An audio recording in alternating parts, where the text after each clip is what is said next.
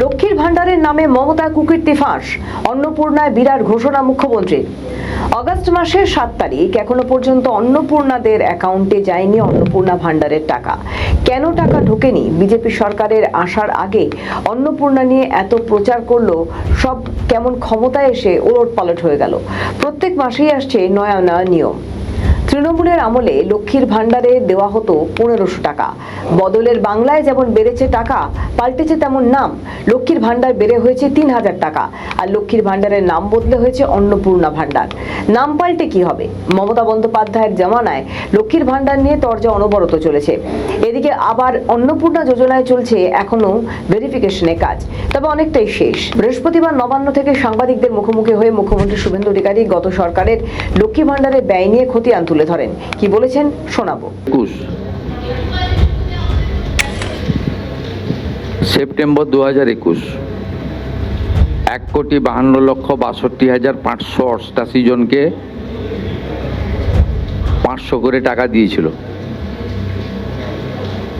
1,52,62,588।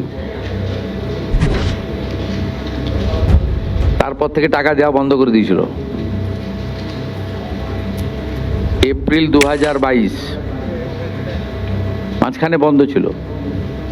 ফেব্রুয়ারি মার্চের 2 মাসের টাকা একসঙ্গে দিয়েছিল 21,84,631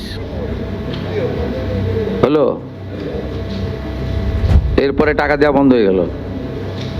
মে জুন 2022, জুলাই 22-এ দিল 3,77,883।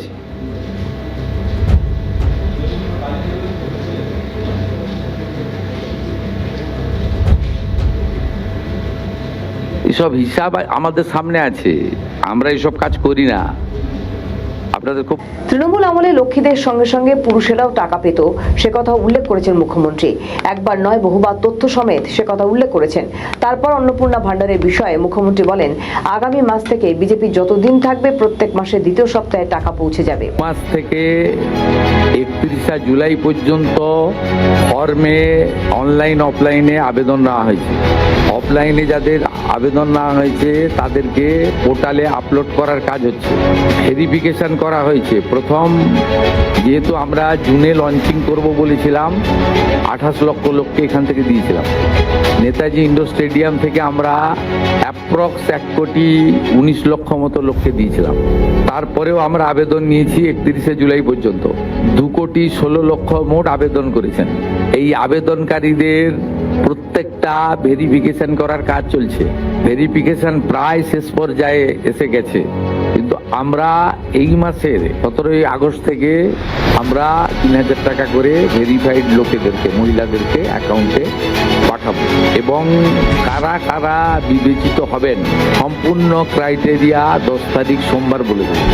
17 তারিখ থেকে অ্যাকাউন্টে অর্থ যাবে, সরকারি টাকা নিয়ম মেনে দেওয়া হবে, বিজেপির সংকল্পপত্র মেনে দেওয়া হবে।